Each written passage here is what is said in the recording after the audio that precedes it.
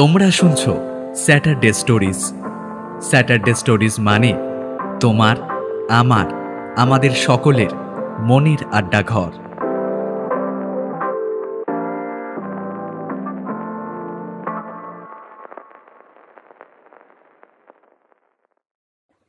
এইরকম আরো horror, thriller, suspense এবং ফ্যান্টাসি গল্প নিয়মিত শুনতে সাবস্ক্রাইব করুন স্যাটারডে স্টোরিজ।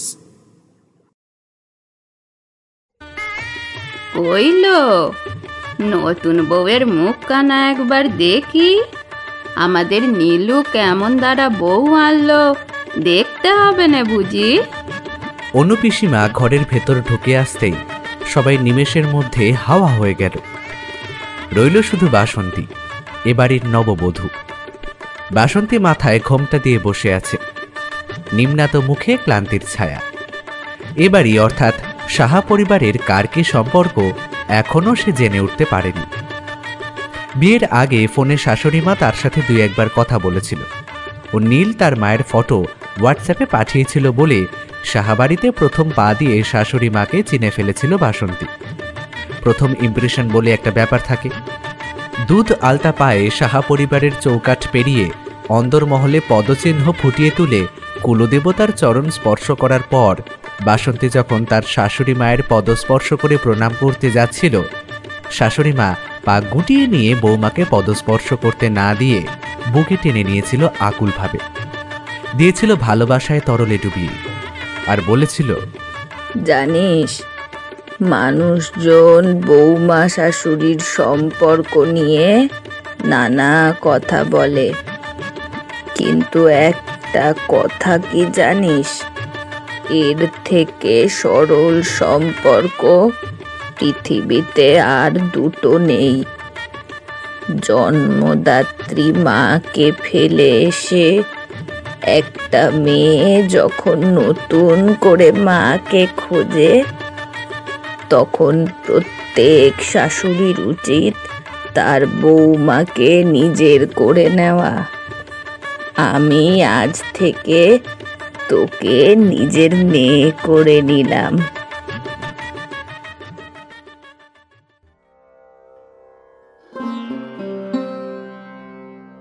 নতুন পরিবারে আসার আগে বাসন্তী শাশুড়ি বৌমার যুদ্ধ নিয়ে কত কথাই না শুনেছিল।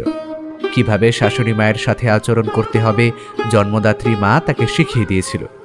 কিন্তু এই মানুষটাকে দেখে বাসন্তীর ধ্যান ধারণা সবকিছুই বদলে গেছে। যেন মাটির মানুষ, আগাগোড়া মায়ার মন দিয়ে গড়া। একদিকে নিজের মা বাবা পরিবারকে ফেলে আসার বিরহ যন্ত্রণা, অন্যদিকে নতুন পরিবারে মানিয়ে গুছিয়ে নেওয়ার লড়াই। এটাই সব মেয়েদের ভবিতব্য। বাসন্তীও তার ব্যতিক্রম নয়।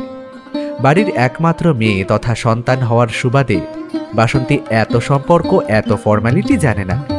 জানে শুধু ভালোবাসা, আদর, সহমর্মিতা। মায়ের বলা, শোন, ভালোবাসা দিলে ভালোবাসা পাওয়া যায়, বুঝলি? শ্বশুর বাড়ির প্রত্যেককে ভালোবাসবি, দেখবি ওরাও তোকে না ভালোবেসে পারবে না। ভালোবাসার মন্ত্র দিয়ে বশ করবি সবাইকে, তাহলেই নিশ্চিন্তে সংসার করতে কোনো অসুবিধা হবে না। বাঙালি মেয়েদের সংসারের থেকে বড় সুখ নেই রে। কথাটা মনে পড়তেই শাশুড়ি মায়ের বুকে মুখ রেখে ফোপাতে লেগেছিল বাসন্তী। ওর আপন করার আগে যে এই বাড়ির মানুষজন আপন করে নিচ্ছে। বাসন্তী রীতিমতো জোরে জোরে ফোপাচ্ছিল। ওর বুক হাপড়ের মতো দ্রুত ওঠা নামা করছিল। বাসন্তীর চাপা যন্ত্রণা অনুধাবন করে শাশুড়ি মা তাকে বলেছিল, এই দেখ, মেয়ে আবার কাঁদে কেন? আমি হলাম তোর দ্বিতীয় মা, আর তুই আমার লক্ষ্মী মেয়ে। আর মা হয়ে আমি বলছি, আমার ছেলেটাকে ভালো রাখিস কেমন? তারপর বাসন্তীর মাথায় হাত বুলিয়ে হেসে বলেছিল, তোদের মতো হয়তো আধুনিকা নয় এই শাশুড়ি কুল, কিন্তু ভাবিস না, এই কুলগণ কোনো অংশে কম যায় না। আর যদিও কোনো অংশে কম মনে হয়, তাহলে তুই মেয়ে হয়ে ঠিক করে দিস কেমন? আজ থেকে নতুন করে মা মেয়ের সম্পর্ক শুরু হবে। এত আদর ভালোবাসা পেয়ে বাসন্তী বেশ কিছুক্ষণ শাশুড়ি মায়ের বুক থেকে মাথা তুলতে পারেনি। তাছাড়া অদ্ভুত এক প্রশান্তির গন্ধ পেয়েছিল শাশুড়ি মায়ের দেহে, যা সে কোনোদিন নিজের মায়ের থেকে পায়নি। বাসন্তী আবিষ্ট হয়ে পড়েছিল সেই গন্ধে। শরতে শারদীয়ার পূজার আগে যেমন শিউলি ফুলের মিষ্টি গন্ধে চারিপাশ ম করে, বুকে আনন্দের হিল্লোল উঠে যায়, অনেকটা তেমনই বলা চলে। কেমন যেন মন ভালো করা গন্ধ। ননদ পূরবীর সাথে আলাপ ছিল অনেক আগে থেকেই। পূরবী একজন নার্স। বাসন্তীর সাথে যখন পরিচয় হয় তখন পূরবী একটা মেডিকেল কলেজে ইন্টার্ন ছিল। আচ্ছা, নার্সদের এত সুন্দর চেহারা হয়? পূরবীর এত সুন্দর চেহারা আর ফিগার যে কোনো বলিউডের নায়িকাকেও যেন হার মানাবে। শুধু পূরবী নয়, নীলের চেহারাও রূপকথার রাজপুত্তুরের মতো। সুঠাম পেশিবহুল গৌরবর্ণ চেহারার মানুষটি যখন বাসন্তীর বাড়িতে বিয়ের প্রস্তাব দিয়েছিল তখন একটু অবাকই হয়েছিল বাসন্তীর পরিবার। বাসন্তীর পরিবার বলতে শুধু মা। বাবা কোন ছোটবেলায় তাদের একা করে রেখে চলে গেছে। বিয়ের আগে বাসন্তী শুনেছিল নীলদের পূর্বপুরুষরা জমিদার ছিল। এখন যদিও জমিদারের ছিটে ফোটাও নেই, শুধু বিশাল বাড়িটা ছাড়া। কাঠের বিরাট ব্যবসা করে নীল। ভালো ফ্যামিলি। পাত্রের চেহারা আর আয় দেখে বিয়েতে আর দ্বিমত করেনি বাসন্তীর পরিবার। দ্বিমত করলে হাতের লক্ষ্মী পায়ে ঠেলে ফেলে দেওয়া হবে। এতটা বোকা বাসন্তীর মা রেখা দেবী নয়। বাসন্তী তখন সদ্য গ্র্যাজুয়েশন কমপ্লিট করেছে।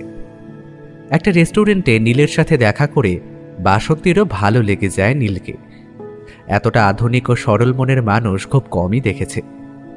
এর সাথে বাকি জীবনটা স্বচ্ছন্দেই কাটানো যেতে পারে। সবকিছু ঠিক থাকায় বিয়ের প্রস্তাবের 1 মাসের মাথায় বিয়ে হয়ে যায় নীল ও বাসন্তীর। বাসন্তী লক্ষ্য করল তার পাশে বসা মেয়েদের দলটা চলে গেল। যাওয়ার আগে কোনরূপ বিদায়ী অভিবাদন জানালো না। বাসন্তী ভাবল, এখানকার মেয়েরা ম্যানার জানে না নাকি? এতক্ষণ তো বেশ ঠাট্টাই আর কি করছিল নতুন বউয়ের সাথে। বাসন্তী ঘোমটার আড়ালে মাথা তুলে দেখল বয়সের ভারে নুজ্জ এক বৃদ্ধা তার দিকে ধীর পায়ে এগিয়ে আসছে। বাসন্তীর কাছে এগিয়ে এসে অতি কষ্টে বসল তার পাশে। তারপর শীর্ণ 2টি হাত বাড়িয়ে বাসন্তীর থুতনি তুলে ধরে বেশ কিছুক্ষণ চেয়ে রইল বাসন্তীর মুখের দিকে। তারপর ভাঙা গলায় বলল, আহা, এ যে চাঁদ পানা মুখ! এমন মুখ কত সাধনা করে পাওয়া যায়। আমাদের নীলু খুব ভাগ্যবান রে, আকাশ থেকে চাঁদ পেড়ে বাড়িতে নিয়ে এসেছে। এবারে সাহাবাড়ির সব আঁধার দূর হয়ে যাবে ঠিক। কিন্তু দেখিস রে মেয়ে, কেউ যেন কলঙ্ক না দেয়। বৃদ্ধার চোখে চোখ পড়তেই বাসন্তীর ভিতরটা মরা নদীর মতো শুকিয়ে গেল। 1 ফোঁটা জল নেই সেই নদীতে। বাড়িহীন ধুধু বালি রাশি। সঙ্গে সঙ্গে চোখ নামিয়ে নিল বাসন্তী। আর কিছুক্ষণ বৃদ্ধার ধোয়ার মতো ঘোলাটে চোখের দিকে তাকিয়ে থাকলে নির্ঘাত অজ্ঞান হয়ে যেত। বাসন্তীর সারা শরীর মরা গাছের মতো নির্জীব হয়ে এলো। আর তার সাথে শুরু হলো এক বিদঘুটে অস্বস্তি। বাসন্তী তার অস্বস্তির কারণটা বুঝতে পারল কিছুক্ষণের মধ্যেই। বিশ্রী বোটকা গন্ধ বেরোচ্ছে বুড়িটার গা থেকে। বাজে দুর্গন্ধ বাসন্তী একদম সহ্য করতে পারে না। এমনকি নিজের গায়ের ঘামের গন্ধ যাতে অন্যদের অস্বস্তির কারণ না হয় তাই রীতিমতো পারফিউমে ডুবে থাকে সে। ড্রেসিং টেবিলে কত রকমের দেশি বিদেশি পারফিউম সেন্ট থরে থরে সাজানো তা হিসেব করে বলা কঠিন। বন্ধুরা মজা করে তার নাম দিয়েছিল পারফিউম লেডি। এখনও বন্ধু মহলে এই নামেই সে বেশি পরিচিত। সে বাসন্তীকে শ্বশুরবাড়ির প্রথম দিনেই এমন বাজে কটুগন্ধের সান্নিধ্যে আসতে হবে বাসন্তী তা ভাবতেও পারেনি। ভাবতে সে এখনও পারছে না। নববধূ না হলে কখন সে এখান থেকে উঠে যেত। তারপর টানা 1 ঘন্টা শাওয়ার নিয়ে একটা পুরো পারফিউমের বোতল নিজের গায়ে ঢেলে দিত। কিন্তু সে উপায় নেই। বাসন্তীর অন্যদিকে মুখ ঘুরিয়ে থাকা নিয়ে বুড়িটা প্রশ্ন করল, এই মেয়ে, কি হলো তোর? ওই দিকে মুখ ঘুরিয়ে আছিস কেন লো? নিজের মা বারবার করে তাকে বলে দিয়েছিল প্রথম দিন আত্মীয় পরিজনদের সাথে হাসি মুখে কথা বলতে।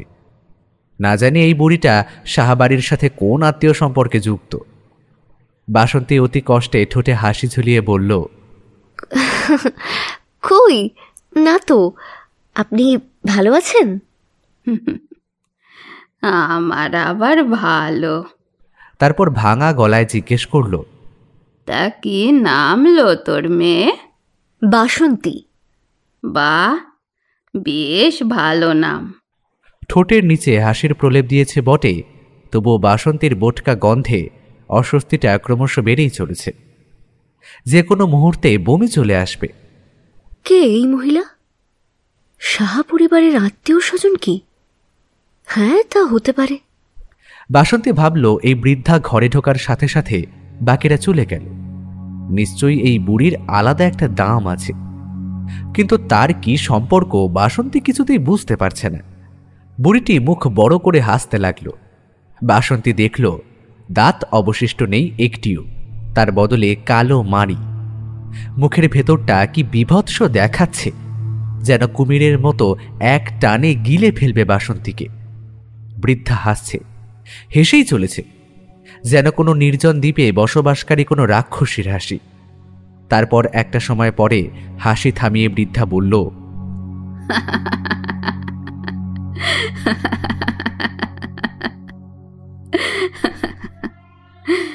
এই দেখো মেয়ে কি বলছে। আমি ঠাম্মা নই রে মেয়ে, আমি হলুম গিয়ে তোর পিস শাশুড়ি, তোর শ্বশুর বাপের একমাত্র বোন অনুরিমা। নীলু আমারে অনু পিসি বলে ডাকে, আর লোকে আমায় ডাকে অপ। কথাটা শেষ করতে পারল না অনুপিসি। তার আগেই শাশুড়ি মা ঘরে ঢুকে ঝাঁঝিয়ে উঠল, তোমাকে না কতবার বলেছি যেখানে সেখানে যাবে না। অসুস্থ শরীর নিয়ে কখন কি হয়ে যায় কে জানে। কথা শুনবে না তো আমাদের। যাও, নিজের ঘরে যাও। তারপর নিজের মেয়ে পূরবীকে ডেকে বলল, এই পূরবী, পূরবী, এই পূরবী, তুই ওকে ওর ঘরে দিয়ে আয় তো। আর দেখবি একদম যাতে ওখান থেকে না বেরোয়। দাদার বিয়ে উপলক্ষে পূরবী ছুটি নিয়েছে। পূরবী অনুপিসিকে নিয়ে যেতেই বোটকা গন্ধটা দূর হলো। অস্বস্তি দূর হয়ে তাজা একটা শ্বাস নিতে পারল বাসন্তী। আসলে অনু দিদি একজন মানসিক রোগী, সব সময় ওষুধ দিয়েই রাখতে হয়। ওষুধের রিঅ্যাকশন শেষ হলেই পাগলামি বেড়ে যায়। তখন কাকে কি বলে কোনো ঠিক নেই। এই এই কদিন বিয়ে বাড়ির চাপে ঠিক মতো ওষুধ দেওয়া হয়নি। তোমাকে কিছু বলে থাকলে কিছু মনে করো না। যাগ্গে, সন্ধ্যা হতে চলল, এবার তুমি এইসব সাজ পোশাক খুলে হালকা শাড়ি পরে নাও। আমি গিয়ে ওই দিকটায় দেখি। অনু দিদির ব্যাপারে বেশি ভেবো না, কেমন? লোকে অনু দিদিকে অপয়া টপয়া নাম দিয়েছে, তাই ওর ব্যাপারে যত কম জানবে ততই ভালো। আর এই ব্যাপারে নীলের সাথে আলোচনা করারও দরকার নেই। বিয়ের দিন সময় যত দ্রুত ফুরিয়ে যায় তত নববধূর জন্য আরামদায়ক, এক কথায় বলা যেতে পারে মঙ্গলজনক। ভারী শাড়ি, অলংকার আর চওড়া মেকআপে নিজের রূপটাই ভুলে যায়। নববধূ অপেক্ষা করে থাকে কখন অতিথি বিদায় নেবে, তারপর নিজের স্বচ্ছন্দ পোশাক পরিচ্ছদে নিজেকে নিজের মতো আবিষ্কৃত করবে। বাসন্তী ওয়াশরুমে গিয়ে বেশ কিছুক্ষণ ধরে নিজেকে ভিজিয়ে নিল। জলের ফোঁটা সারা শরীর অধিকার করতেই নেমে এলো শান্তি। আহ, এক অদ্ভুত প্রশান্তি মনে প্রাণে। বড় আয়নার সামনে নিজেকে একবার দেখে নিয়ে হালকা পোশাকে নিজেকে জড়িয়ে নিল। অতিথি সকল বিদায় নিয়েছে। সারাদিনের কোলাহল, উত্তেজনা, আড়ম্বর, ব্যস্ততা এক লহমায় কোনো অদৃশ্য প্রাণী যেন গিলে নিয়েছে। এখন সাহাবাড়ি একেবারে চুপচাপ। সাহাবাড়ির নিয়ম অন্য বাড়ির থেকে একটু আলাদা। বিয়ের পরদিন দুপুরে বৌভাত। বিয়ের একদিন তফাতে বৌভাত হলে অ্যাডজাস্টমেন্টের একটা সুযোগ থাকে নববধূর। নীলকে সে কথা জানিয়েছিল বাসন্তী। সেক্ষেত্রে নীল নাকচ করে দিয়েছিল এ কথা বলে, দীর্ঘদিন ধরে একটা নিয়ম চলে আসছে আমাদের বাড়িতে। বর্তমান প্রজন্মের একমাত্র বংশধর হয়ে আমি তা ভাঙতে পারি না। তাছাড়া সাহা ফ্যামিলির অন্যতম সদস্য হিসেবে তোমার উচিত আমাদের প্রত্যেক রীতিনীতি ফলো করা, সেগুলোকে শ্রদ্ধা করা। নীলের কথাতে সেদিন একটুখানি অবাকই হয়েছিল বাসন্তী। যে মানুষটিকে সে এতদিন আধুনিক সংস্কারপন্ন হিসেবে জেনে এসেছে, তার মুখে ওসব কথাগুলো কেমন যেন বেমানান। ও তো জাস্ট কথাটা বলেছিল, কিন্তু নীল এমনভাবে রিয়্যাক্ট করবে? একটা প্রচ্ছন্ন অভিমান হলেও বাসন্তী তা প্রকাশ করেনি, বরং নিজের অন্তরে গোপন করেছিল। বাসন্তী নিজের ঘরে একা বসে আছে। শরীর আর সঙ্গ দিচ্ছে না। ঘড়ির কাঁটা 10টার ছুঁই ছুঁই করতে বাসন্তীর ডাক পড়ল খাবার টেবিলে। পূরবী বাসন্তীকে খাওয়ার জন্য ডাকতে এসেছিল। বৌদি, চলো খাবে, রাত হয়ে এলো, মা অপেক্ষা করছে তোমাদের জন্য, দাদা আসছে, তুমিও চলো। বাসন্তীর খেতে ইচ্ছে করছে না, স্রেফ না করে দিয়েছে সে। প্রচণ্ড আলাতন লাগছে তার, ঘুম পাচ্ছে। তার উপরে অনুপিসির গায়ের বোটকা গন্ধ মনে করতেই গাটা গুলিয়ে আসছে। পূরবী চলে যেতেই বিছানায় গা এলিয়ে দিল বাসন্তী। আজ কাল রাত্রি, বড়বউ একসাথে থাকা নিষেধ। বিয়ের মতো এত বড় ধকলে শরীর ও মনের বিশ্রাম খুবই প্রয়োজন।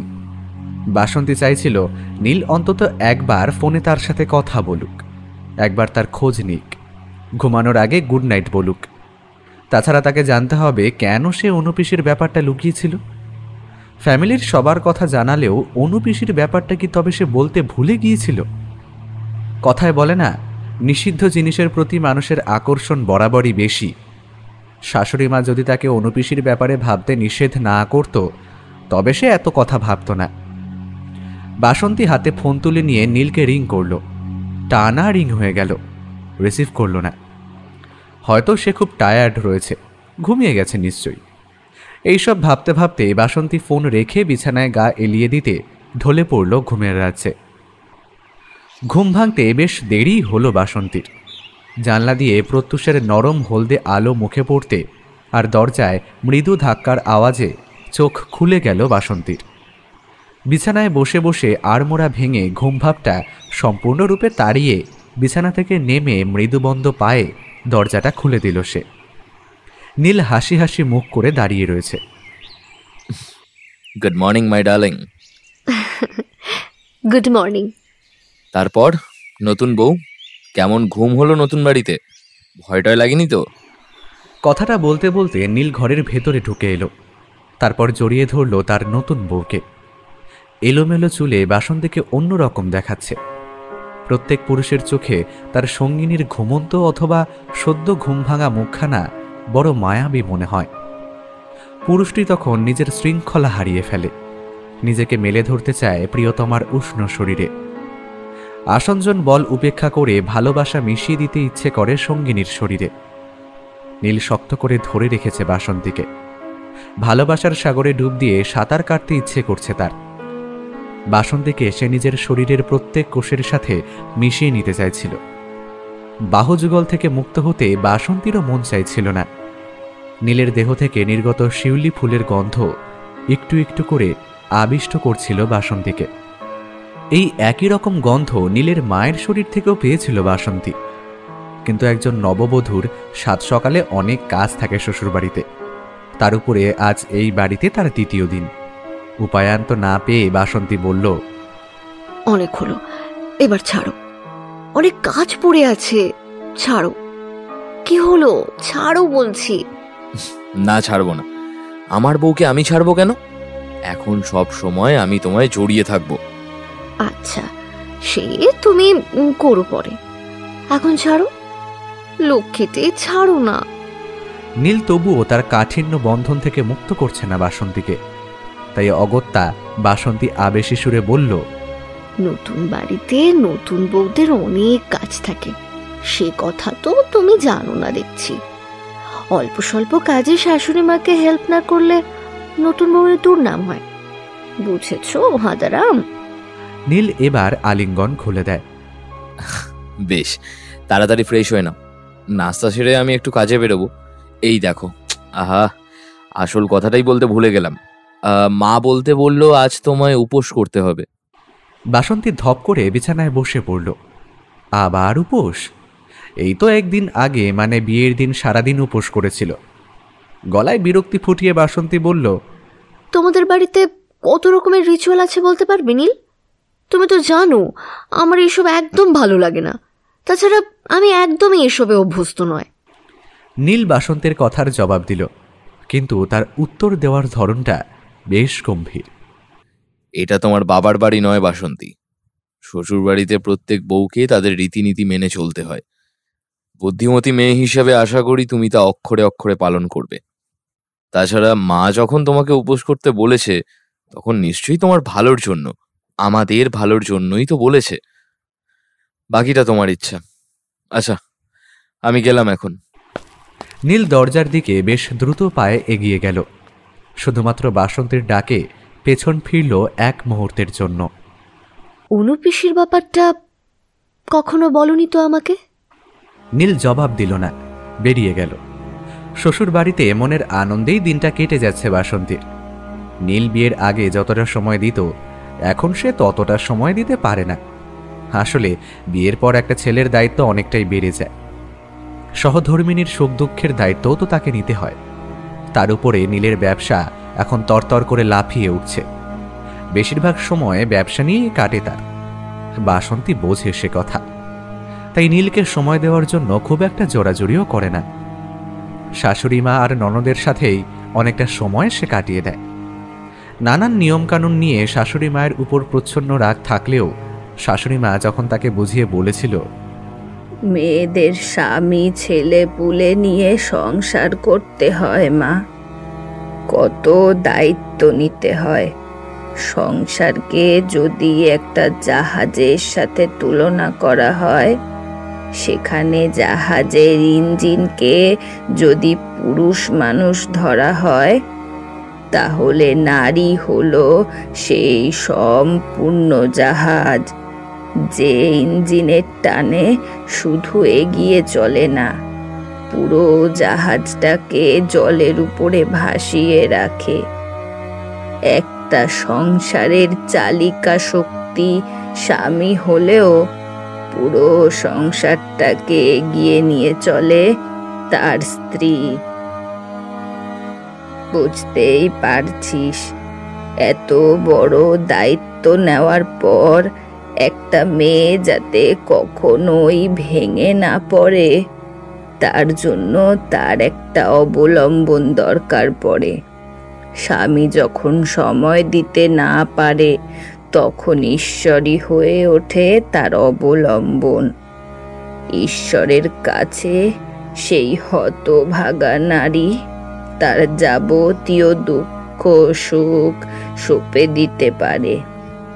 আর তুই তো জানিস, ঈশ্বরকে পুজো করার বিশেষ নিয়ম থাকে, তাই আমাদের সেই মতো তৈরি থাকতে হয়।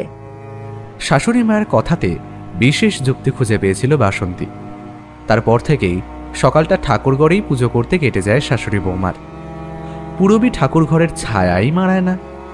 বাসন্তী সে কথা শাশুড়ি মাকে জিজ্ঞেস করতে সে বলেছিল, মেয়েদের বিশেষ কিছু কারণে ঠাকুর ঘরে ঢুকতে হয় না। ছোট থেকেই পুরবীর বিশেষ কিছু মেয়েলি সমস্যা রয়েছে। তাছাড়াও ও হাসপাতালে কত মেয়েকে ছুঁয়ে থাকে, তারা কোন অবস্থাতেই থাকে তা তো আর কারো অজানা নেই। তাই আমি ওকে ঠাকুর ঘরে প্রবেশ করতে নিষেধ করেছি।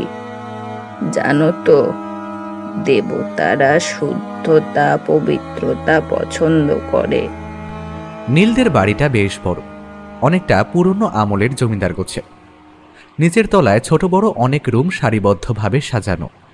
দোতলা বাড়িটায় নিচের তলায় যেমন অনেক রুম আছে, উপরেও তেমন থাকবে নিশ্চয়। কিন্তু উপরের তলাটা কেমন বাসন্তী জানে না। এ বাড়ির লোক উপরে যায় না, কারণ হিসেবে শাশুড়ি মা তাকে বলেছিল, নিচের তলায় সব রুম ব্যবহৃত হয় না, তো উপরে গিয়ে কি করব? আর তুমিও যেও না আবার দোতলায়, অপরিষ্কার অপরিচ্ছন্ন জায়গায় সাপ খুব বেশি থাকে। নীল সেই সকালে বেরিয়ে যায় আর ফেরে রাতে। পূজা অর্চনা নিয়ে সকালটা কেটে যায় বটে, কিন্তু তারপরের সময়গুলো আর কাটতেই চায় না বাসন্তীর। দুপুরে ঘুম কোনো কালেই হয় না। দুপুরটা তাই মায়ের সাথে ফোন আলাপে কেটে যায়।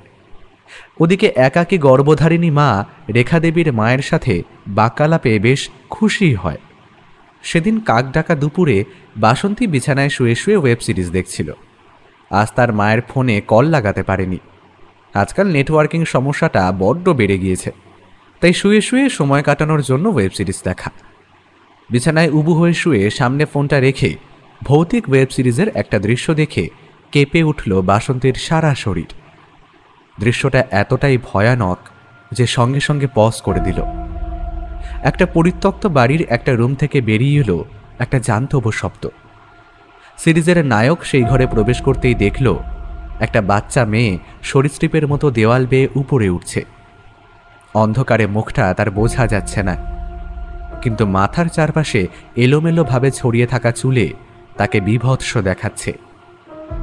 নায়ক সে রুমে প্রবেশ করতেই বাচ্চা মেয়েটা হামাগুড়ি দিয়ে নেমে চেপে ধরল তার পা, আর তারপর গোড়ালিতে দিল সজোরে এক কামড়।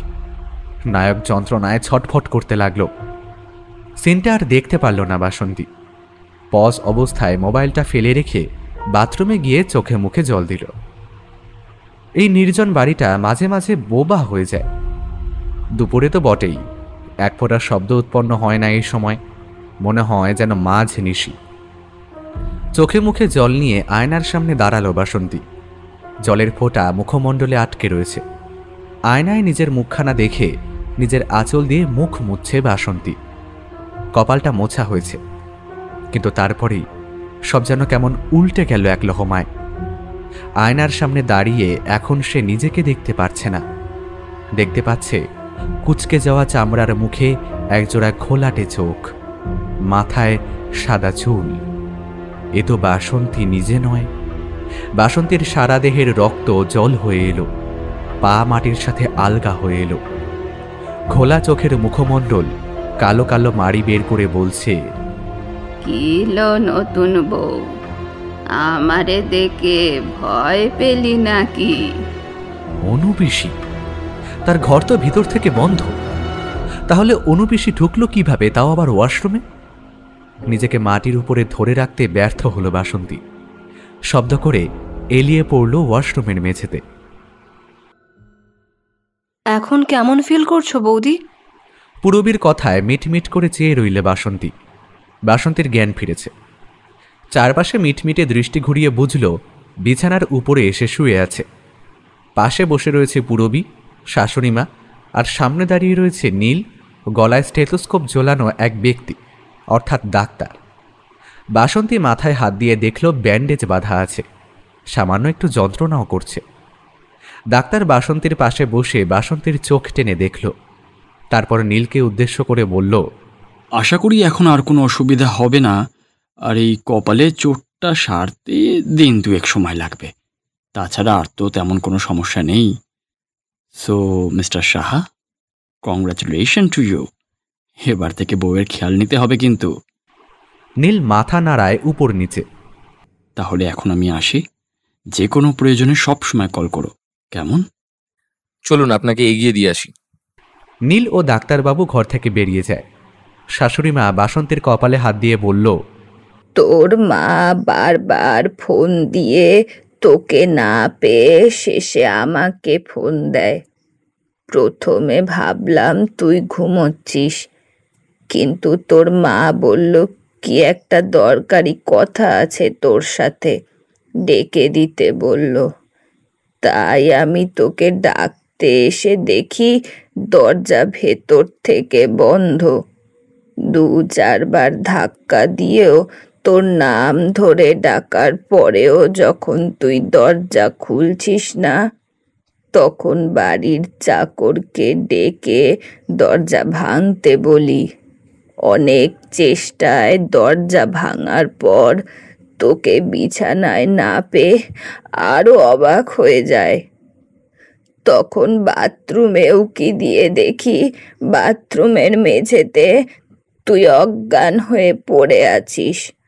তোর মা আমায় ঠিক সময় ফোন না করলে কি একটা অবস্থা হতো বলতো। ঠাকুর সব সময় ঠিক মানুষকে আমাদের উপকারে লাগায়। কথাটা বলে শাশুড়ি মা বাসন্তীর কপাল থেকে হাত তুলে দুহাত জড়ো করে নিজের কপালে হাত ঠেকায়। বাসন্তী উঠে পড়ে বিছানায়।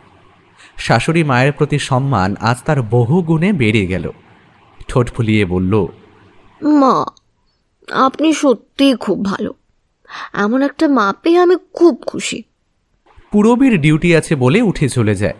শাশুড়ি মা বলে, দূর মেয়ে, ভালোর কি আছে রে? মা হিসেবে মেয়ের জন্য একটু চিন্তা হবে না? শোন, তোর মাকে তোর অসুস্থতার খবর দিইনি। তুই যদি চাস তবে একটা ফোন করতে পারিস। সন্তানের জন্য মায়ের চিন্তা সব থেকে বেশি হয়। খুব টেনশনে থাকবেন বেয়ান। তোর বর্তমান অবস্থা জানিয়ে একটা কল করে দে বরং। না থাক, মাকে আর টেনশন দিয়ে লাভ নেই। আচ্ছা মা, ডাক্তারবাবু কি বলে গেল? শাশুড়ি মা কিছুক্ষণ চুপ থেকে বলল, সুখবরটা তুই তোর স্বামীর কাছ থেকে নিস কেমন? তবে আমি খুব খুশি আজ। জানিস তো, এত আনন্দ অনেক দিন পর পেলাম। না রে, আমি এখন যাই, ওদিকে মেলা কাজ পড়ে আছে। পুরবী আবার ডিউটি যাবে, ওর টিফিনটা ভরে দিতে হবে। তুই বিশ্রাম কর, আমি গেলুম। বাসন্তী যে কিছু বুঝতে পারেনি তা নয়, তবুও নীল ঘরে ঢুকতেই জিজ্ঞাসা করল, কি গো, শুনলাম তুমি নাকি একটা সুখবর দেবে আমাকে? ব্যবসায় অনেক উন্নতি করে ফেলেছো বুঝি? নীল এক লাফে বিছানায় এসে উপস্থিত হয়। তারপর বউয়ের পেটের নিচের শাড়ি সরিয়ে বাসন্তীর পেটে হাত রেখে বলে, সুখবর তো এখানেই লুকিয়ে আছে ম্যাডাম। কয়েক মাস পরেই সে আপনি বেরিয়ে আসবে। বাসন্তী তার স্বামীর কথা শুনে হাসল। নীল এবার বাসন্তীর পেটে চুমু খেয়ে বলল, কি শুনতে পাচ্ছ? কেমন আছো তুমি? আমি তোমার পাপা বলছি। ধ্যাৎ, তুমি না। নীল বাসন্তীর পাশে শুয়ে পড়ল। আচ্ছা বাসন্তী, তুমি অজ্ঞান হয়ে পড়লে কি করে? শরীরের প্রতি যত্ন নিচ্ছ না নাকি? ডাক্তারবাবু বলেছেন এবার থেকে তোমায় খেয়াল রাখতে। শোনো, এবার থেকে তুমি আর কিন্তু একা নও, তোমার সাথে আরো একজন কিন্তু থাকছে। তাই শরীরের যত্ন নিও, কেমন?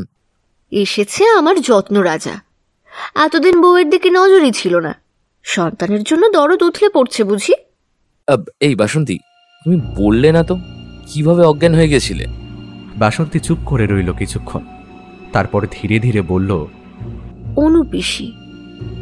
জানো নীল, আমি যখন ওয়াশরুমে আয়নার সামনে দাঁড়িয়েছিলাম, অনুপিসি কখন আমার পেছনে এসে দাঁড়িয়েছে বুঝতেই পারিনি। অনুপিসি? ধর্মর করে নীল উঠে বসল বিছানায়। তুমি কি পাগল হয়ে গেছো বাসন্তী? মা বললো তোমার ঘর ভেতর থেকে বন্ধ ছিল, তাহলে অনুপিসি ঢুকবে কি করে? তাছাড়া অনুপিসি তো দোতলার একটা রুমে। কথাটা বলতে গিয়েও বলল না নীল। নিজেকে সামলে নিয়ে বলল, ছাড়ো ওসব, তোমার এখন ওসব নিয়ে ভাবতে হবে না। নিজেকে নিয়ে একটু ভাবলেই চলবে। কাল থেকে একজন পরিচারিকা নিযুক্ত করা হয়েছে তোমার দেখাশোনার জন্য। সেই সবকিছু খেয়াল রাখবে তোমার। বাসন্তীর মধ্যে একটা নবজীবন একটু একটু করে বড় হচ্ছে। নিজের মধ্যে একটা প্রাণকে বহন করা কতটা আনন্দের তা একজন গর্ভবতী মা ছাড়া কেউ জানে না।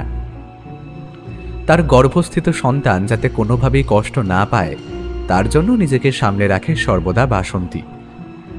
আজকাল নীলের ব্যবসায় চাপ খুব বেড়ে গিয়েছে, মাঝে মধ্যেই বাড়ি ফিরতে পারে না।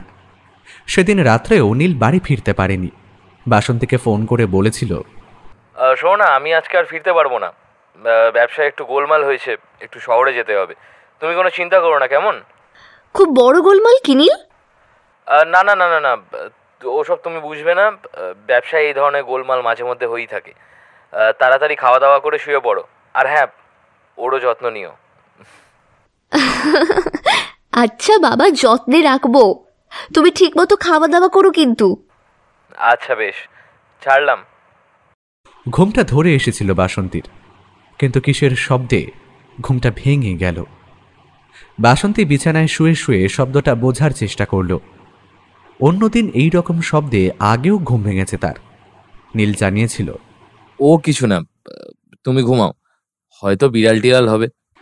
কিন্তু আজ যে শব্দটা বাসন্তীর কানে এলো তা বিড়ালের শব্দ নয়, তা বেশ ভালোভাবেই সে বুঝতে পারল। তীব্র একটা গোঙানির শব্দ, কেউ যেন রীতিমতো গোঙাচ্ছে। বাসন্তী শুয়ে শুয়ে মাথার পেছনের জানলাটা খুলে দিল। এক রাশ শীতল বাতাস এসে ভিজিয়ে দিল বাসন্তীকে। কেঁপে উঠল বাসন্তী। নীল এই সময় থাকলে জানলা খোলার জন্য নিশ্চয়ই বকা দিত। বাসন্তীর আর ঘুম আসছে না, আর আশ্চর্যভাবে শব্দটাও আসছে না। শেষমেশ বাসন্তী তার নিজের মনকে বোঝালো বেড়ালি হবে হয়তো। নাইট ল্যাম্প জ্বালিয়ে বেড টেবিলে রাখা জলের গ্লাস থেকে কিছুটা জল খেয়ে আবার বিছানায় শুয়ে পড়ল বাসন্তী। লাইটটা অন করেই রাখল। একটু ভয় করছে তার, আর তার সাথে একটা খটকা। পরের দিন দুপুরে খটকাটা দূর করার জন্য চুপিসারে দোতলায় উঠল বাসন্তী। বেড়াল যদি থেকে থাকে সেটার একটা ব্যবস্থা করতে হবে। এইভাবে প্রায় ঘুম ভেঙে গেলে শরীর খারাপ করবে। এই সময় সাহা বাড়ি ঘুমিয়ে থাকে, পরিচারিকা বা চাকররাও ভাত ঘুম দেয়। সিঁড়ি ভেঙে উপরে উঠতে কষ্ট হচ্ছিল বাসন্তীর। শরীরটা অনেকটাই ভারী হয়ে গেছে। সিঁড়ির শেষ ধাপ পেরিয়ে বুকে হাত দিয়ে জোরে জোরে শ্বাস ফেলল বাসন্তী। শ্বাস প্রশ্বাস স্বাভাবিক হতেই সামনে বারান্দা বরাবর এগিয়ে চলল। শাশুড়ি মা ঠিকই বলেছিল, দোতলাটা খুবই নোংরা। ধুলোর পাতলা চাদরে ঢেকে আছে দোতলার বারান্দার মেঝে, আর সেই ধুলোতে ফুটে উঠেছে এলোমেলো কয়েকটা পদচিহ্ন। পদচিহ্নগুলো জানাচ্ছে দোতলায় একেবারে যে কেউ ওঠে না তা কিন্তু নয়।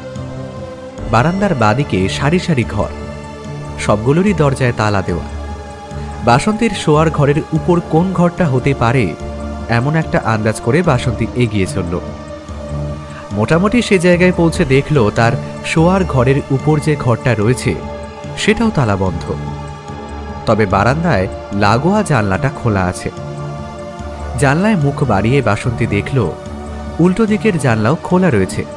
তাতে দুপুরের নিঝুম আলো পড়ে ঘরটাকে কিছুটা আলোকিত করেছে।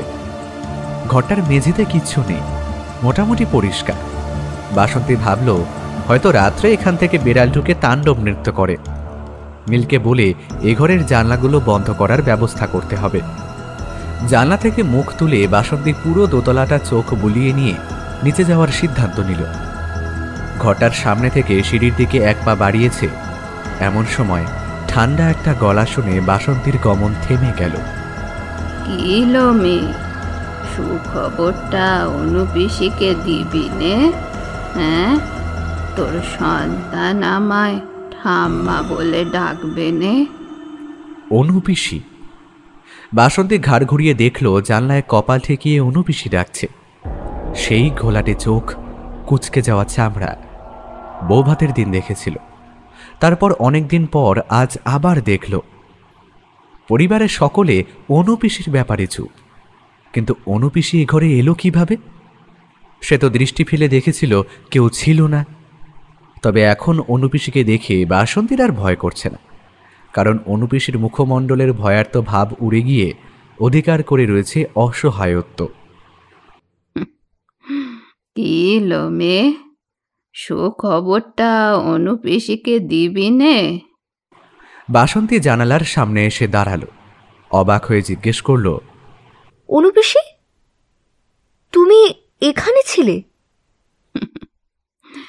হ্যাঁ লো, নইলে কি দুম করে আর উড়ে এলুম? তুই যখন জানলার শিকের ওপরে দৃষ্টি গলিয়ে দেখছিলি, আমি তখন জানলার ঠিক পাশেই দাঁড়িয়েছিলুম, তোকে দেখা দিইনি। তাই বলো, আমি তো ভয় পেয়ে গিয়েছিলাম। অনুপিসি কালো মারি বের করে হাসতে লাগলো। মানুষকে দেখে কেউ ভয় পায় না কিলো? ভয় তো পায় শয়তানকে দেখে। তুই শয়তান দেখিসনি? দূর, তুমি যে কি বলো না, শয়তান দেখতে পাবো কোথায়? সব পাবি, সব। এই বাড়িতেই বাস শয়তানের, অনেক অনেক শয়তান।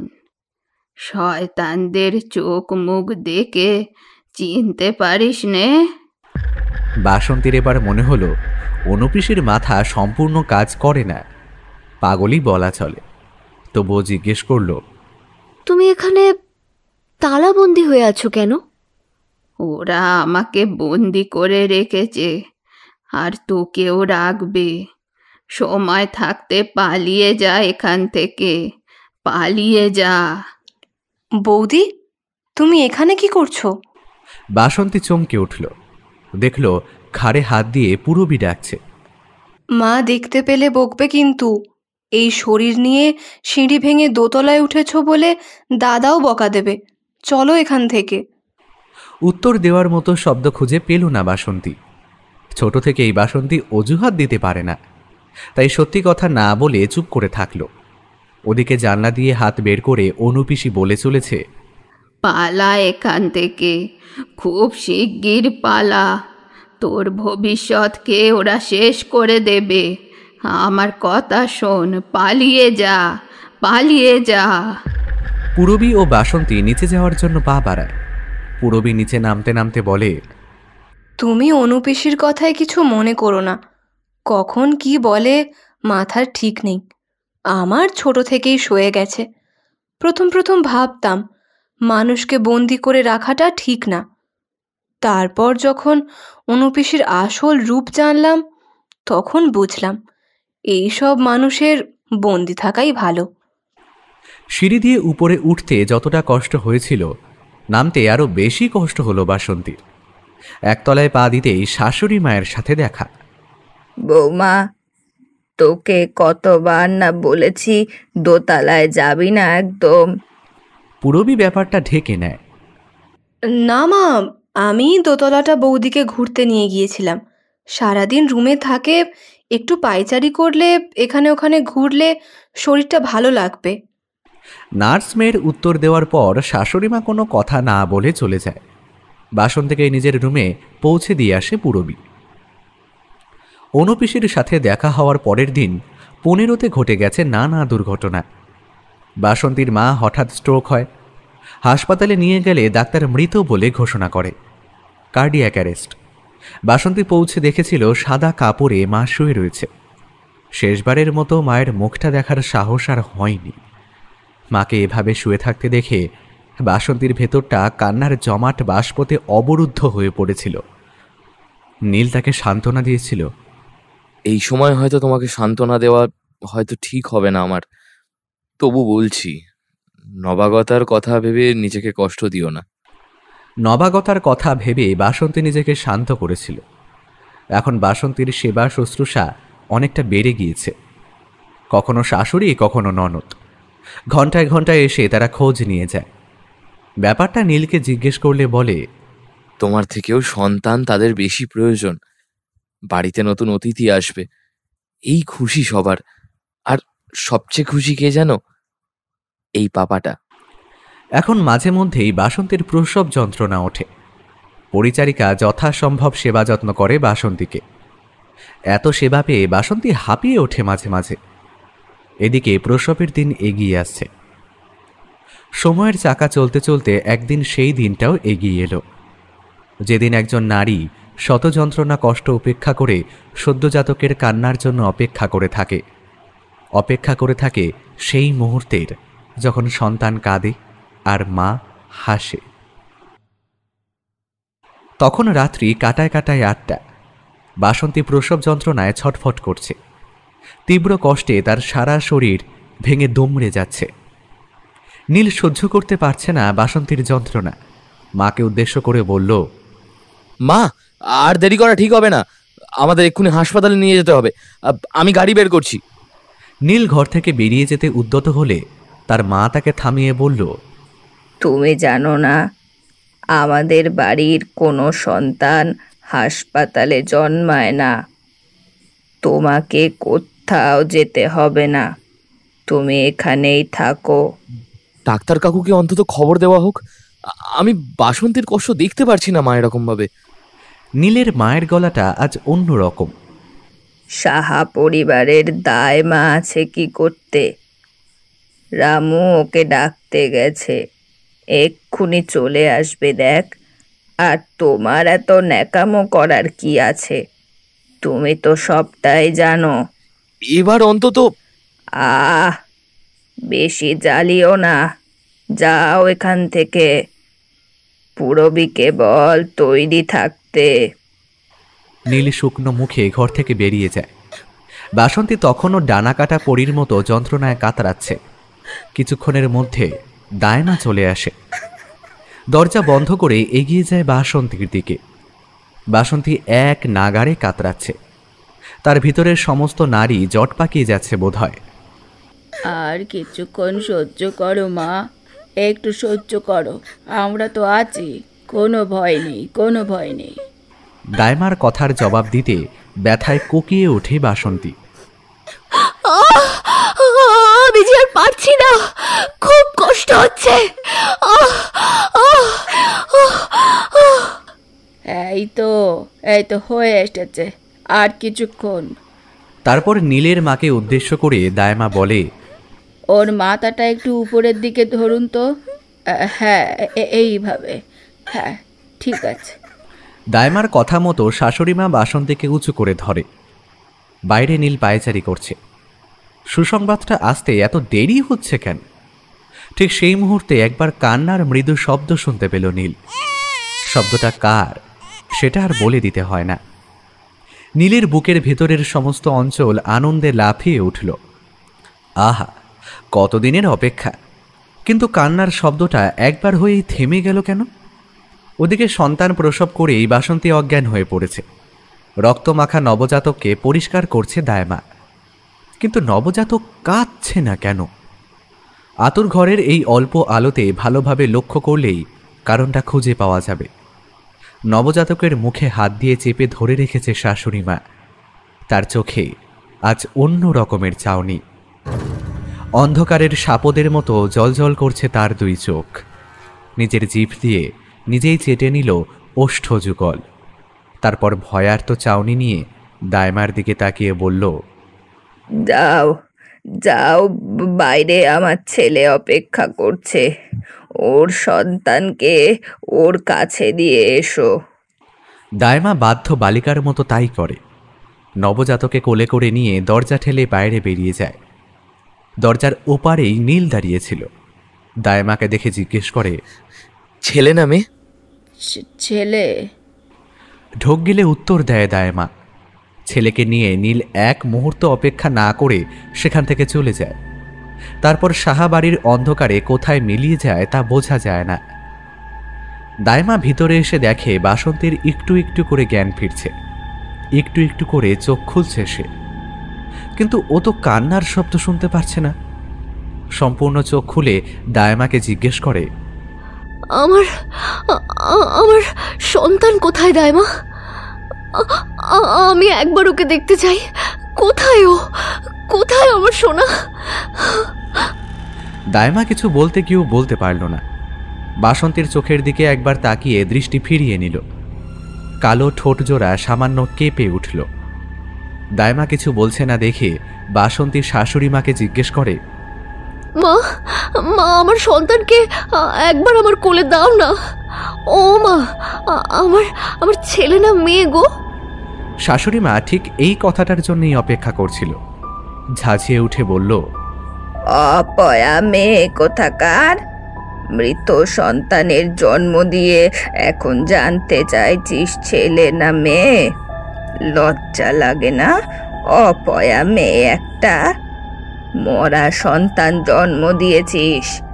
এবার যাই তার সৎকার করে গিয়ে। বাসন্তীর মাথায় আকাশ ভেঙে পড়ে। এসে কি শুনল? এ কথা শোনার আগে তার মৃত্যু হলো না কেন?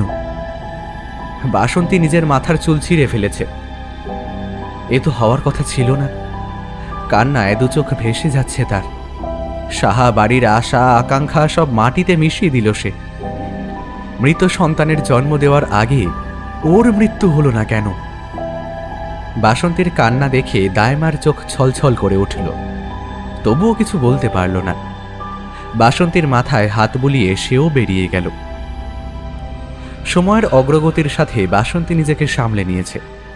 দুঃখকে চিরকাল সঙ্গী করে বাঁচা যায় না, কিন্তু বাসন্তী নিজেকে সামলে নিলেও পরিবারের সকলে তার সাথে খারাপ ব্যবহার করতে লাগলো।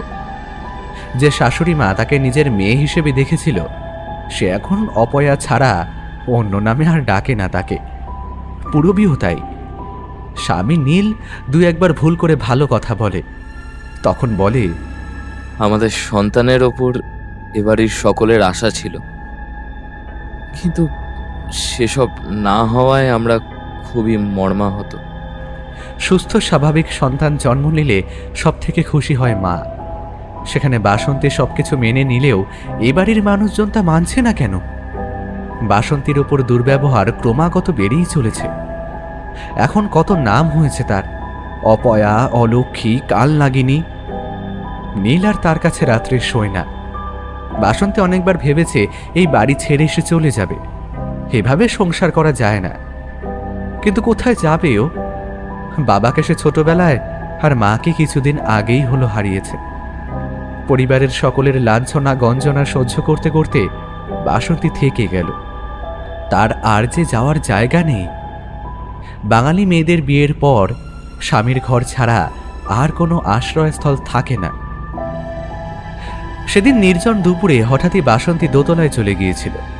গিয়ে দেখেছিল অনুপিসি কালো মাড়ি বের করে বলছে, কিলো হলো তো? শুনলি নে আমার কথা? এবার বোঝ ঠেলা। তুমি কি বলেছিলে অনুপিসি? আমার কিছু মনে নেই। তোকে বলেছিলুম নে এই বাড়ি থেকে পালাতে। তোর সন্তানকে নিয়ে নিল তো ওরা। কারা নিল? আমি তোমার কথা বুঝতে পারছি না। আমি মৃত সন্তানের জন্ম দিয়েছি পিসি। ধুর বোকা মেয়ে, ওরা বলল আর তুই বিশ্বাস করে নিলি? আমি না হয় অশিক্ষিত, কিন্তু তুই তো শিক্ষিত হয়েও বোকা। ছ্যা ছ্যা ছ্যা ছ্যা, অমন নেকা পড়ার ক্যাঁতায় আগুন। তুই মৃত সন্তানের জন্ম দিসনি, ওরা তোর সন্তানকে নিয়ে নিয়েছে। বাসন্তী এক মুহূর্তের জন্য ভাবল, সন্তান প্রসবের পর যতক্ষণ জ্ঞান ছিল তাতেই সে শুনেছিল তার সন্তানের কান্না। তাছাড়া যদি সে মৃত সন্তানই প্রসব করবে, তাহলে একবারের জন্য না দেখিয়ে সৎকার করল কেন? বাসন্তীর কেমন যেন সবকিছু তালগোল পাকিয়ে যাচ্ছে। এ কি করে সম্ভব? সন্তানকে নিয়ে তার পরিবার কি করবে? অনুপিসির চোখের কোণ দিয়ে গালের শুকনো চামড়া বরাবর ঝরে পড়ছে জমাট বাঁধা অশ্রু। ভেজা গলায় বলছে, আমারও নিয়েছিল জানিস। তোমারও নিয়েছিল মানে? দাঁড়া, তোকে বলছি, সব বলছি। বস, তুই এখানটায় বস। বাসন্তী জানালার সামনে বসে পড়ে। অনুপিসি বাসন্তীর হাত ধরে শাখা পলাতে হাত বোলায় আর বলে, আমার যখন বিয়ে হয় তখন আমার বয়স 16 কি 17 বছর হবে। 2 বছর যেতে না যেতেই আমার স্বামী সাপে কেটে মারা গেল। আমি তখন সদ্য বিধবা হয়েছি, আবার সন্তান সম্ভবা। এই 9 মাসের শেষের দিক তখন। জানিস মেয়ে, আমার দাদা খুব ভালো মানুষ ছিল। শ্বশুর বাড়িতে আমার কষ্ট হচ্ছে দেখে আমাকে এই বাড়িতে আনলো। সেদিন যদি কষ্ট করে শ্বশুর বাড়িতে থেকে যেতুম, তাহলে আমাকে আর এমন পাগলি হয়ে বন্দি জীবন কাটাতে হতো না। এ বাড়িতে আসার 5 দিন পরে দাদা হঠাৎ করে মারা গেল। এখন বুঝি দাদার মৃত্যুটা হঠাৎ ছিল না, দাদাকে মেরে ফেলা হয়েছিল। তার কিছুদিন পরেই আমি এক ফুটফুটে সন্তানের জন্ম দিই, কিন্তু বৌদি আমার সন্তানকে আমার কাছ থেকে নিয়ে নিয়েছিল, আর পাড়ার মানুষজনের কাছে বলেছিল আমি নাকি মৃত সন্তানের জন্ম দিয়েছি। স্বামীকে খেয়েছি, দাদাকে খেয়েছি, এখন আবার নিজের সন্তানকে।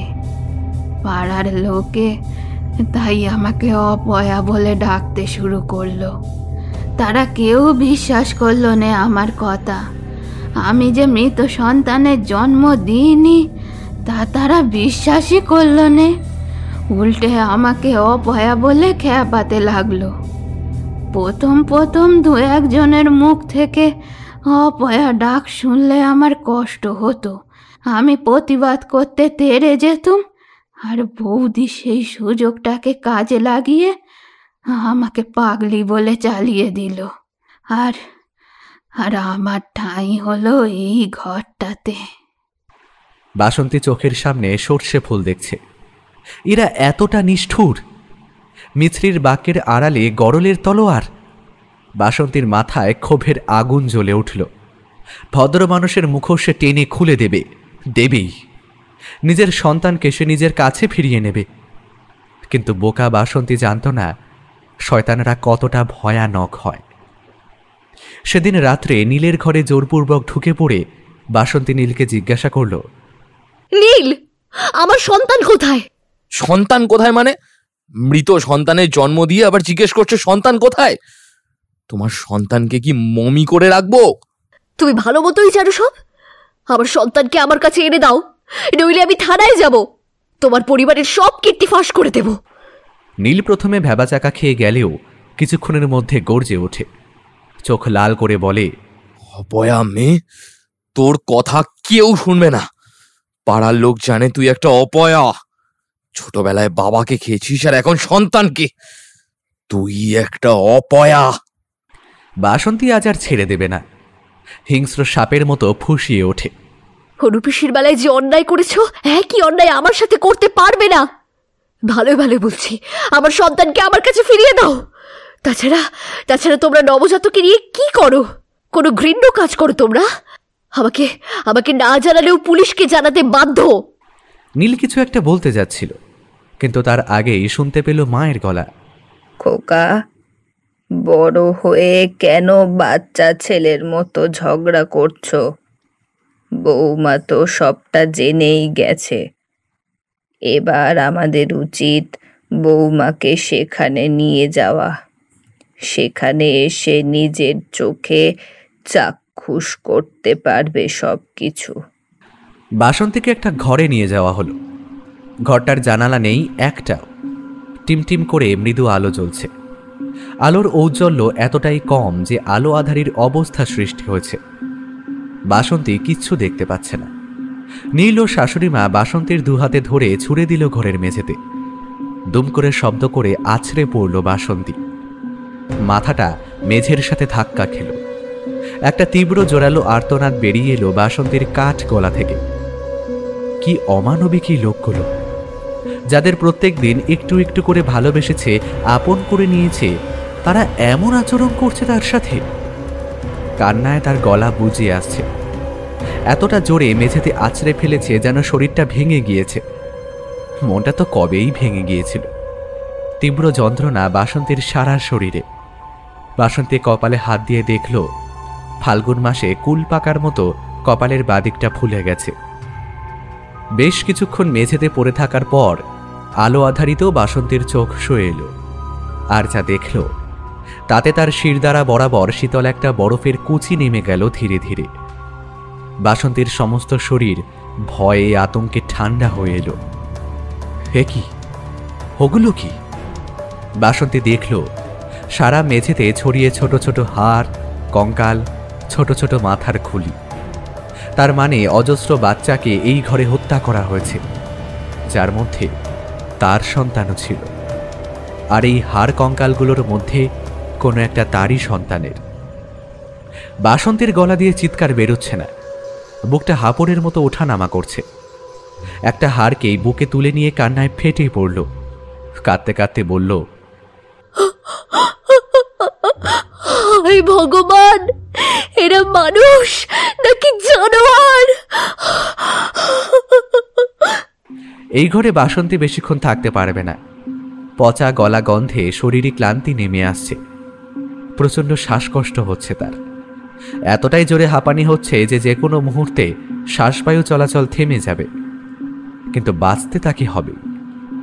এই শয়তানদের মুখোশ খুলে দিতে পুলিশের কাছে তাকে যেতেই হবে। বাসন্তী মেঝে থেকে উঠে দরজার দিকে পা বাড়ালো, কিন্তু দরজা থেকে বেরোতে পারল না। দরজায় দাঁড়িয়ে থাকা নীল ও শাশুড়ি মা তাকে আবার ঠেলে ফেলে দিল মেঝেতে। বাসন্তী আবার লুটিয়ে পড়ল মেঝেতে, ব্যথায় কোকিয়ে উঠল। বাসন্তী ওঠার চেষ্টা করছে, কিন্তু পারছে না। কোমরে চোট পেয়েছে দারুণভাবে, মনে হচ্ছে কোমরটা ভেঙে গেছে। পা ঘষে ঘষে কিছুটা এগিয়ে এসে দেওয়াল ধরে উঠে দাঁড়ানোর চেষ্টা করছে, তবুও পারছে না। মাকড়সার জালে শিকার আটকে গেলে যেমন মাকড়সা মজা নেয়, তেমনি নীল ও তার মা দরজায় দাঁড়িয়ে দাঁড়িয়ে আনন্দ নিচ্ছে, হাসিতে ফেটে পড়ছে। বাসন্তী কোনো রকমে দেওয়াল ধরে দাঁড়ালো, তারপর দরজার দিকে তাকিয়ে যন্ত্রণাক্লিষ্ট গলায় বলল, ছাড়বো না, তোমাদের ছাড়বো না। বছরের পর বছর যে অন্যায় তোমরা করে যাচ্ছ তার শাস্তি হবে। আমি পুলিশের কাছে যাব, সব বলবো, সব সব সব। বাসন্তীর এইসব কথা শুনে নীল ও তার মা আরো জোরে জোরে হাসিতে ফেটে পড়ছে। বাসন্তী মানুষ দুজনকে দেখে অবাক হয়ে পড়ছে। এরা আদৌ মানুষ নাকি অন্য কিছু? বাসন্তীর অবাক হওয়ার তখনও বাকি। দেখল পূরবী একটা সদ্যজাতকে কোলে করে ঢুকছে। সদ্যজাত কাঁদছে, কাঁদছে এক নাগারে, কাঁদছে শয়তানদের হাত থেকে মুক্তি পাওয়ার জন্য। ঘরের ভেতরে ঢুকে এসে পূরবী সদ্যজাতকে একটা থালার উপরে রাখল, তারপর দরজার দিকে দাঁড়িয়ে থাকা মানুষদের উদ্দেশ্যে ডাক দিল, এসো তোমরা। এর পরে যা ঘটতে চলেছে তা বাসন্তী আন্দাজ করতে পারছে, কিন্তু এবার শিশুটিকে সে মারতে দেবে না। শরীর টেনে টেনে পূরবীর কাছে গিয়ে পূরবীর সামনে রাখা থালা থেকে নবজাতককে নিজের কোলে নিয়ে নিল সে। একটা ভরসার কোল পেয়ে সদ্যজাতক তখন কান্না থামিয়েছে, কিন্তু তা কয়েক মুহূর্তের জন্য। পরক্ষণে নীল বাসন্তীর কাছ থেকে নবজাতককে নিয়ে ছুঁড়ে ফেলে দিল বাসন্তীকে। জোরে ধাক্কা খেল পশ্চিমের দেওয়ালে, মাথা ফেটে রক্ত বেরোতে লাগল। বাসন্তী আর পারল না, তার শক্তি ফুরিয়ে আসছে একটু একটু করে, চোখে অন্ধকার দেখতে লাগল। ওদিকে শিশুটিকে থালাতে রেখে তিনজনে গোল করে বসল। বাসন্তী এগিয়ে আসতে পারছে না, বাধা দিতেও পারছে না। সে শক্তি যে তার নেই, কোমর ভেঙে গেছে, মাথা ফেটে রক্ত বেরোচ্ছে।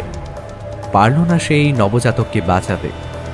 আরও একটা মায়ের কোল ফাঁকা হলো, কান্না ছাড়া দ্বিতীয় কিছু অবশিষ্ট নেই। তোমাদের কি মায়া মমতা নেই? এইটুকু বাচ্চাদের ঘেন্না হয় তোমাদের, ঘেন্না।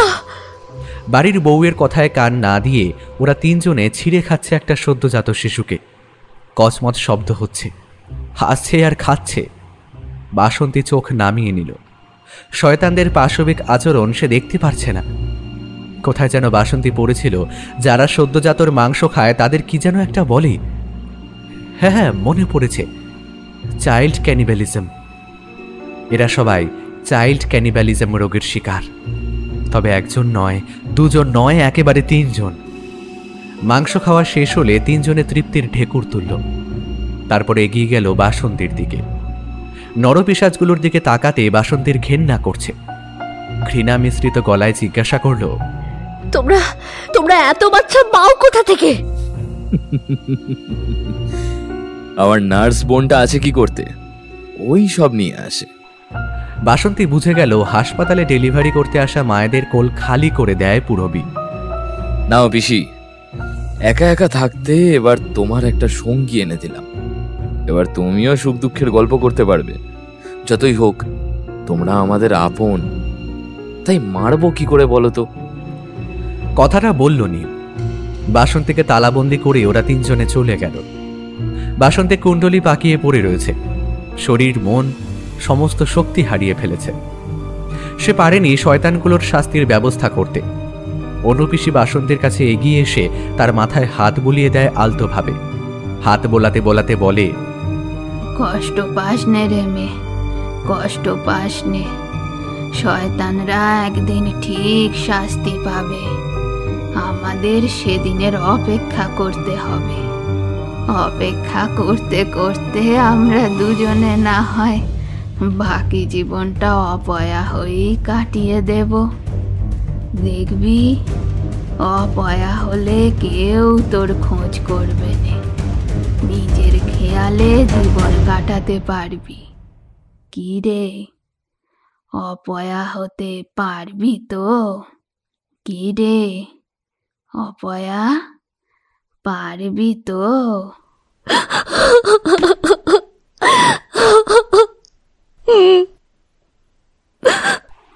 বাসন্তীর গলা থেকে শব্দ বেরিয়ে এলো। এক অপয়া আরেক অপয়াকে জড়িয়ে ধরে কাঁদতে লাগলো।